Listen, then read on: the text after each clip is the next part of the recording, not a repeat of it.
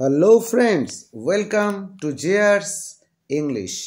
আজকে আমরা যে ভিডিওটি নিয়ে এসেছি এটি ক্লাস 11-এর যারা এই বছর নতুন সিলেবাসে পরীক্ষা দেবে সেকেন্ড সেমিস্টার, তাদের যে একটি প্রজেক্ট রয়েছে, প্রজেক্ট খাতা তৈরি করতে হবে 10 নম্বরের।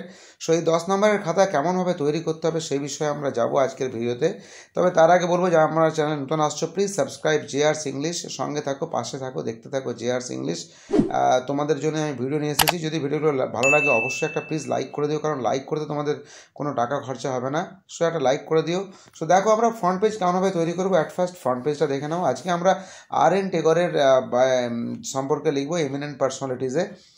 প্রথমে তোমার স্কুলের West Bengal Council of Higher Secondary Education, তারপরে তোমার স্কুলের নাম, সাবজেক্ট, তারপরে এমিনেন্ট পার্সোনালিটিস। আজকে আমাদের এন্টাইটেল রবীন্দ্রনাথ টেগর, এবং তারপরে নেম অফ দ্য স্টুডেন্ট, এখানে তোমার নিজের নাম লিখতে হবে, এবং তারপরে তোমার ক্লাস, তোমার স্ট্রিম আর্টস সায়েন্স কমার্স যেটা হবে সেটা, রোল নাম্বার লিখতে হবে এবং রেজিস্ট্রেশন নাম্বার লিখতে হবে, এবং তারপরে তোমার সেশন 2024-25। আর সবার শেষের নিচে যে লাইনটা লেখা রয়েছে এই লাইনটাও পুরো সবার নিচে লিখে দিতে হবে। এইভাবে ফ্রন্ট পেজটা তৈরি করে নেবে, এবং এইভাবে ফ্রন্ট পেজটা তৈরি করার পর আমরা চলে যাব সেকেন্ড পেজ।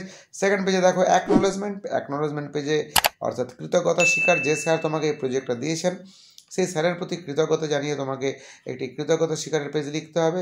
এই প্রথম লাইনটা লেখার পর বলে টু মাই রেসপেক্টেড মিস্টার বলে স্যারের নামটা লিখবে। এখানে স্যারের নাম লেখার পর যা আছে পরপর লেখাগুলোকে তুমি অবশ্যই লিখে দেবে, এবং সবার শেষে নিচে রয়েছে সিগনেচার অফ দ্য স্টুডেন্ট, এখানটায় তোমার নিজের সই করে দেবে, আর লেখাগুলো যেগুলো আসছে পরপর সেগুলো লিখে দিতে হবে।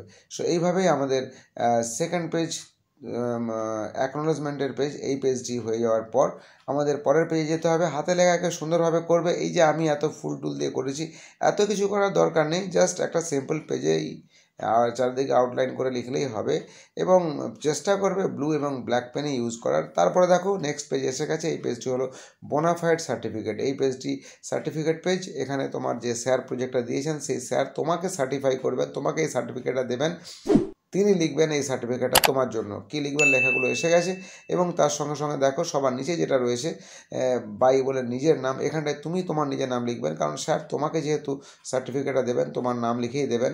এবং তারপরে তুমি তোমার রোল নাম্বার, তোমার রেজিস্ট্রেশন নাম্বার এবং ইয়ার 2024-25 যেমন আছে সবই লেখা থাকবে।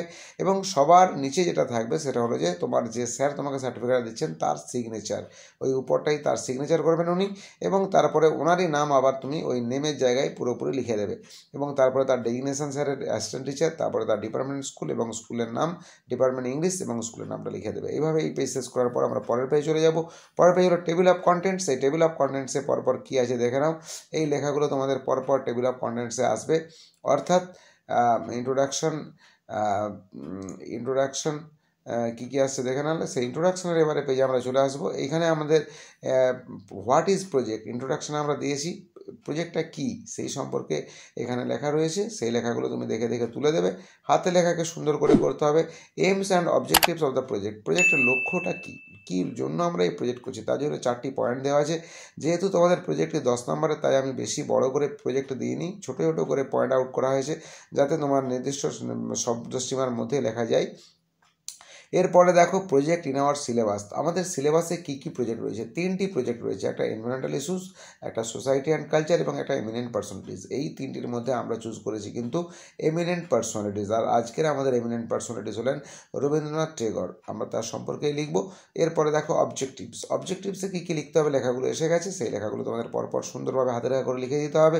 গাইডিং প্রিন্সিপালে কী কী লিখতে হবে সেগুলো এসে গেছে। রিসোর্সে কী কী লিখতে হবে সেগুলো এসে গেছে, এবং এইভাবেই তোমাদের পরপর মেথড অ্যান্ড টেকনিক্সে কী কী লিখতে হবে সেই লেখাগুলো পরপর এসে যাচ্ছে। দেখো এই লেখাগুলোকে ধীরে ধীরে দেখে দেখে সুন্দরভাবে তুলবে, হাতে লেখাটা ভালো করবে, এবং অবশ্যই যদি হাতে লেখা কারোর খারাপ থাকে বলে মনে করো তাহলে তোমরা কিন্তু একটু পেন্সিল দিয়ে আগে দাগ টেনে নেবে খাতার উপর, তারপরে তোমরা ধীরে ধীরে লেখার চেষ্টা করবে, তাহলে দেখবে তোমাদের আর সমস্যা নেই। এরপরে দেখো এসে গেছে আউটপুট অফ দ্য প্রজেক্ট। আজকের আউটপুট অফ দ্য প্রজেক্টে রয়েছে এমিনেন্ট পার্সোনালিটিস রবীন্দ্রনাথ টেগর। তার সম্পর্কে প্রথমে ইন্ট্রোডাকশনের মধ্যে তাকে সে কে ছিলেন তার সম্পর্কে 2-4 লাইন আগে লিখে দিতে হবে। তারপরে তার আর্লি লাইফ শুরু হবে, প্রাথমিক জীবন, তার জন্ম থেকে তার বাবা মা, তার সব কিছু প্রথমে প্রাথমিক জীবনের মধ্যে আমরা ইনক্লুড করে দেবো। এগুলো লেখার পর আমাদের চলে যেতে হবে এডুকেশন, তিনি কী কী শিক্ষা নিয়েছেন, কেমনভাবে শিক্ষা নিয়েছিলেন। তিনি অ্যাকচুয়াল বাড়িতেই প্রথম প্রাথমিক শিক্ষাটা নিয়েছিলেন, এবং তার পরবর্তীকালে তিনি যে বাইরে গিয়ে শিক্ষা দীক্ষা নিয়েছেন সেই সম্পর্কে বিশদ আকারেই ভালোভাবেই লিখে দিয়েছি এখানে। এগুলো দেখে দেখে সুন্দরভাবে হাতে লেখা তৈরি করে নেবে।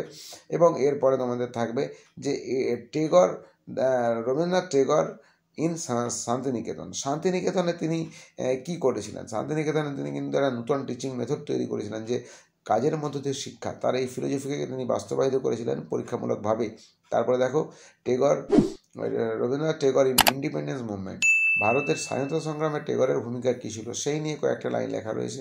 এবং তারপরে দেখো Literary work of Rabindranath Tagore. Rabindranath Tagore যেহেতু একজন কবি ছিলেন, মূলত তিনি রাইটার ছিলেন, লেখক ছিলেন, তিনি ছিলেন একজন নাট্যকার, তিনি ছিলেন একজন গীতিকার, তিনি ছিলেন একজন ছোট গল্প লেখক, তিনি ছিলেন একজন উপন্যাসিক, সবই ছিলেন তিনি। তাই তার লিটারারি ওয়ার্কও বিশাল। আমরা সেই সম্পর্কে কিছুটা আলোকপাত করব, কারণ অত তো বেশি লেখা যাবে না 10 নম্বরের প্রজেক্টে।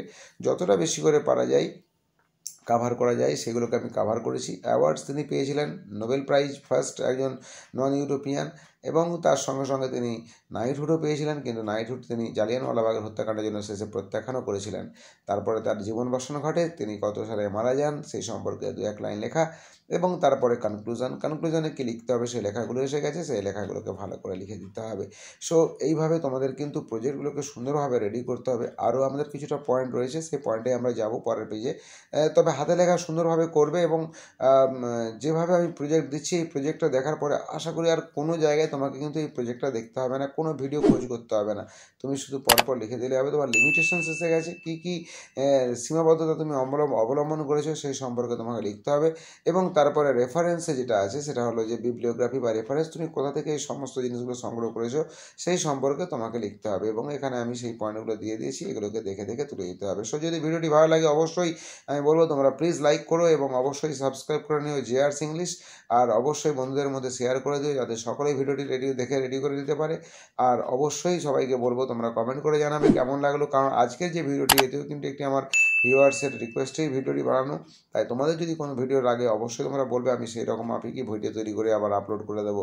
তোমাদের বিষয় সংক্রান্ত, তোমাদের 11-এর বিভিন্ন ইম্পর্ট্যান্ট যে সমস্ত বিষয় রয়েছে সেই সম্পর্কে আলোচনা করব।